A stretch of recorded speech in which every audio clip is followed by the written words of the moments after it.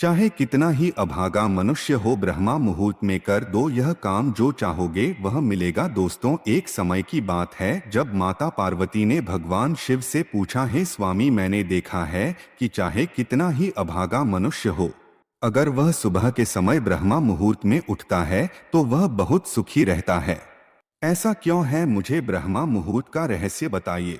तब भगवान शिव ने कहा, है देवी, मैं आपको इस प्रश्न का उत्तर एक छोटी सी कथा के माध्यम से बताऊंगा। कृपया आप इस कथा को ध्यान पूर्वक सुनना, और जो भी मनुष्य इस कथा को पूरा सुनेगा वह ब्रह्मा मुहूर्त का रहस्य जानकर पूरा जीवन बदल सकता है। तब माता पार्वती कहती हैं, हे स्वामी, आप कथा को कहिए, मैं इसे ध्यान पूर्वक सुनूंगी। फिर भगवान शिव कथा को सुनाना प्रारंभ करते हैं। बहुत समय पहले की बात है, काशी में मृत्युंजय नाम का एक लड़का रहता था। वह लड़का बहुत ही अच्छा था, लेकिन उसकी एक गलत आदत थी। वह देर तक सोता रहता था। सुबह उसे जगाने के लिए घर वाले कई प्रयास करते थे, परंतु वह रोजाना सुबह देर तक उठता था। वह लड़का कभी भी 10 बजे से पहले नहीं उठता था। उनके परिवार वाले कितनों भी कोशिश करते थे, लेकिन वह लड़का जल्दी नहीं उठता था। जब वह बालक था तब परिवार वालों ने सोचा कि जब यह बड़ा हो जाएगा तो इसकी आदत में सुधार हो जाएगा। परंतु वह लड़का जैसे जैसे बड़ा होता गया, उसकी यह आदत और भी ज्यादा गहरी होती चली गई। फिर उसके पिता उसकी इस आदत से बहुत ज्यादा परेशान रहने लगा था। उस लड़के को ढेरों नकारात्मक शक्तियों ने घेर लिया था। वह सभी को पलटकर जवाब देता था और दिन भर उदास रहता था। इसका असर उसके स्वास्थ्य पर भी पड़ रहा था। जब उस लड़के को यह पता लगा कि उसके सारे मित्र सफलता को प्राप्त कर चुके हैं, तब वह और भी ज्यादा चिंतित हो गया और ईश्वर को कोसने लगा। और वह बार बार यही कहता था कि मेरी किस्मत ही खराब है। परंतु उसके पिता अच्छी तरह से जानते थे कि उस लड़के के असफल होने के पीछे क्या कारण है। फिर भगवान शिव ने कहा, है देवी, एक दिन की बात है, उसके पिता को किसी सन्यासी के बारे में पता चला तो तुरंत वह अपने बेटे की समस्या को लेकर उस सन्यासी के पास जा पहुंचे, जिससे सन्यासी को बड़े ही विस्तार से अपने बेटे की आदतों के बारे में बताया।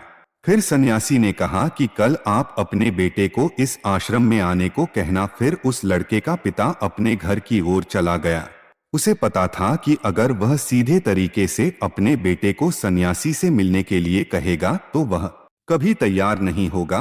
तब उसके पिता ने कुछ दिमाग लगाया, जिससे अपने बेटे को अपने पास बुलाया और कहा, तुम्हारे सारे मित्र जीवन में सफलता प्राप्त कर चुके हैं, क्या तुम सफल नहीं होना चाहते हो? फिर लड़के ने उत्तर दिया कि जरूर पिताजी, मैं भी सफल होना चाहता हूँ, परंतु जब भी मैं अपने मित्रों से उनकी सफलता का रहस्य पूछता हूँ तो वे मुझे कुछ नहीं बताते हैं। भगवान शिव ने कहा, है देवी। फिर उसके पिता ने अपने पुत्र से कहा कि मुझे यह रहस्य पता चल गया है कि वह सभी क्यों सफल होते जा रहे हैं। तब उस लड़के ने बड़ी उत्सुकता से पूछा, क्या पता चल गया है पिताजी? कृपा करके आप मुझे बताइए। फिर उसके पिता ने कहा कि कल सुबह तुम्हें एक सन्यासी के आश्रम में जाकर उनसे मिलना है। यदि तुम वहां पर समय से पहुंच गए तो वह सन्यासी तुम्हें ऐसा मंत्र बताएंगे जिससे तुम सफल हो जाओगे, परंतु एक समस्या है।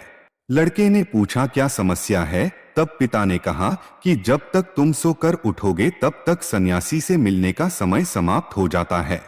फिर उस लड़के ने कहा कि पिताजी, मैं कल पूरी रात जागता रहूंगा और सुबह सन्यासी से मिलकर आऊंगा।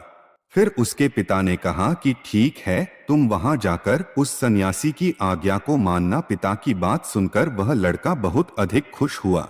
जीवन में पहली बार रात्रि में वह जागता रहा, परंतु थोड़े ही समय में उसे नींद आ गई और वह सो गया। फिर अगली सुबह जब वह उठा तो उसे पता चला कि सन्यासी से मिलने का समय समाप्त हो चुका था। उसके पिता ने लड़के की तरफ देखा और कहा कि तुम जीवन में कभी सफल नहीं हो पाओगे, जाओ और जाकर सो जाओ। जिससे पिता की यह बात सुनकर उस लड़के को बहुत दुख हुआ। उसने मन ही मन स्वयं को चुनौती दी कि कल सुबह वह सन्यासी से मिलने अवश्य जाएगा। उसने अपने पैर में एक छोटा सा घाव बना लिया, जिससे दर्द के कारण उसे रात भर नींद नहीं आई। और उसने पहली बार सूर्योदय से पहले उठा था और वह तुरंत ही तैयार होकर सन्यासी से मिलने के लिए चला गया। लड़का जैसे ही सन्यासी के आश्रम में पहुंचा तो वहां पर उसने देखा कि सन्यासी और उसके सभी शिष्य ध्यान लगाकर बैठे हुए थे।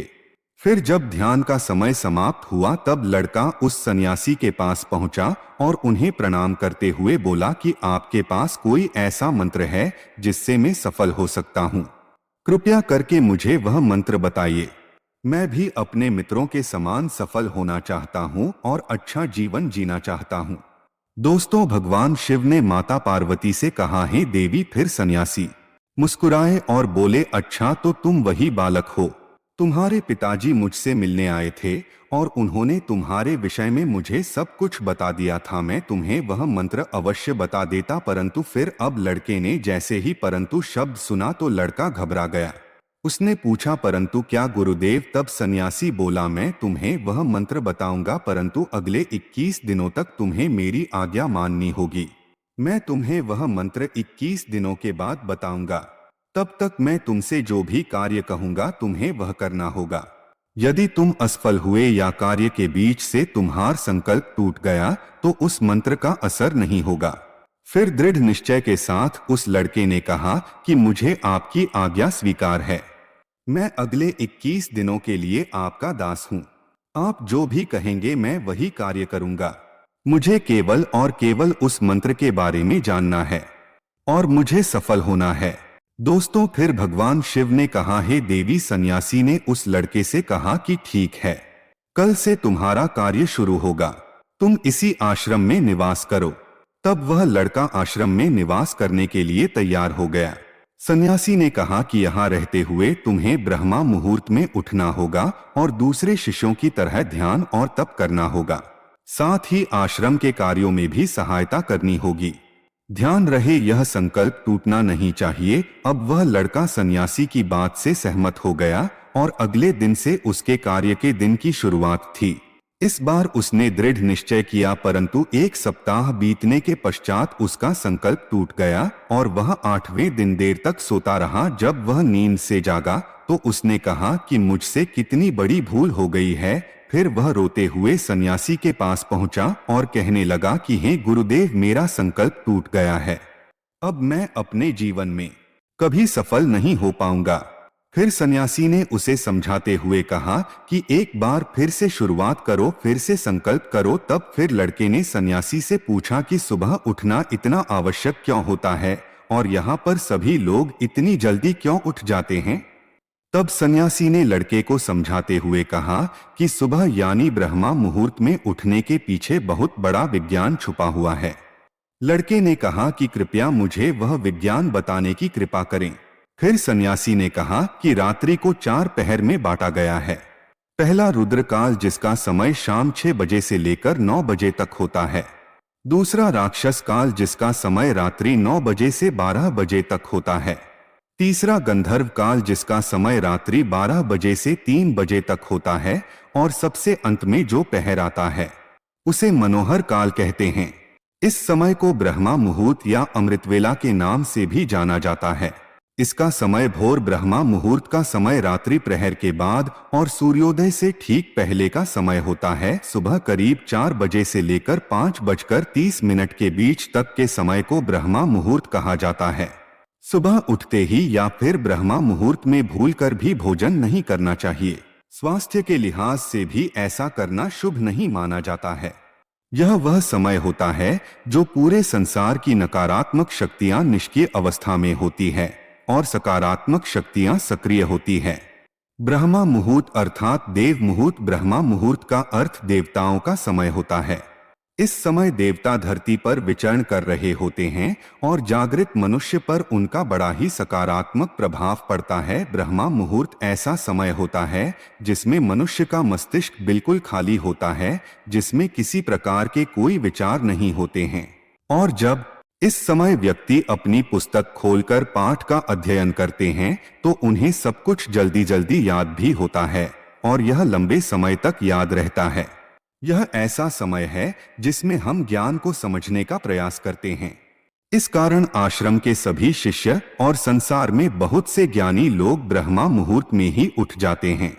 प्राचीन काल में रोशनी का कोई स्रोत न होने के कारण लोग अपने दिन का समापन सूर्यास्त के साथ और आरंभ सूर्योदय के साथ करते थे। यह एक तरीका है जिससे मानव जीवन प्रकृति के साथ तालमेल बनाकर चलता है। दोस्तों, फिर भगवान शिव ने माता पार्वती से कहा, हे देवी। उसे लड़के ने कहा कि ठीक है, मैं कल से अपना संकल्प फिर से शुरू करता हूँ, परंतु ब्रह्मा मुहूर्त में उठकर मुझे क्या क्या करना चाहिए। तब सन्यासी ने कहा, ठीक है, मैं तुम्हें बताता हूँ कि ब्रह्मा मुहूर्त में क्या करना चाहिए और कैसे करना चाहिए। सबसे पहले उठकर धरती माता पर पांव रखने से पहले धरती माता को प्रणाम करना चाहिए और अपनी दोनों हथेलियों को देखना चाहिए और ईश्वर को धन्यवाद देना चाहिए ताकि उन्होंने तुम्हें आज का सूर्योदय देखने का अवसर दिया है। इसके बाद नित्य कर्म और स्नान करने से शरीर की ही नहीं बल्कि मन की शुद्धता भी बढ़ती है। स्नान करने के पश्चात ध्यान की प्रक्रिया होती है। ब्रह्मा मुहूर्त में ध्यान की अवधि 21 दिन तक होती है। इस विधि का प्रयोग तब किया जाता है जब आप अपनी कोई मनोकामना की पूर्ति चाहते हैं। यह ऐसा समय होता है जब व्यक्ति अपने आज्ञा चक्र को सक्रिय करने पर काम करते हैं। दोस्तों, फिर आगे वह सन्यासी कहता है, आज्ञा चक्र दोनों भौहों के बीच होता है। यह संकल्प का स्थान भी कहा जाता है। अगर इस चक्र पर ध्यान केंद्रित किया जाए और अपनी मनोकामना को बार बार दोहराया जाए तो मात्र 21 दिनों के भीतर वह मनोकामना पूरी हो जाती है। और अगर आपके मन में कोई अधूरी मनोकामना है और उसे पूरी करना चाहते हैं, तब सबसे पहले उस मनोकामना का स्पष्टीकरण कर ले। सबसे पहले ब्रह्मा मुहूर्त में स्नान के बाद एक ऐसा स्थान चुनें जहां पर वायु का प्रवेश हो। ध्यान में शुद्ध प्राण वायु का होना आवश्यक होता है। ध्यान की मुद्रा में रीढ़ की हड्डी सीधी होनी चाहिए, साथ ही गर्दन भी सीधी होनी चाहिए। साथ ही सुखासन की अवस्था में दोनों हाथों को घुटनों पर रखकर आंखें बंद करके बैठ जाएं। फिर हाथों की मुट्ठी को बंद कर लें और 2 से 3 मिनट तक बिल्कुल शांत हो जाएं। जब आपका शरीर स्थिर हो जाए और सांस भी शांत हो जाए, तब उसके बाद अपना सारा ध्यान आज्ञा चक्र पर लगाएं। इस दौरान लंबी गहरी सांस ले और सांस को रोक कर रखें। इस समय आप अपने मन से इष्ट देव और देवी देवताओं और गुरुजनों का चिंतन करें। दोस्तों, फिर भगवान शिव ने कहा, हे देवी। उस सन्यासी ने कहा, जब सांस को रोकना कठिन हो जाए तब धीरे धीरे सांस को बाहर की ओर छोड़े। सांस को नाक से भरे, मुख से बाहर छोड़े। इस प्रक्रिया को 3 से 4 बार प्रतिदिन दोहराएं। ऐसा प्रतिदिन करने से आपकी जो मनोकामना है वह अवचेतन मन तक अवश्य पहुंच जाएगी और इच्छा पूर्ति जल्दी होगी। ब्रह्मा मुहूर्त के समय ईश्वर की विशेष कृपा होती है और कोई भी व्यक्ति अपनी मनोकामना को इस समय दोहराता है तो उसकी इच्छा जल्द से जल्द पूरी होती है। दोस्तों, फिर भगवान शिव ने कहा कि हे देवी। इस प्रकार सन्यासी ने उस लड़के को ब्रह्मा मुहूर्त का महत्व बताया, जिससे अगले 21 दिनों तक उस लड़के ने बड़े ही मन के साथ इस प्रक्रिया को अपनाया। अब वह बहुत ही ज्यादा अनुशासित और शांत स्वभाव का बन चुका था।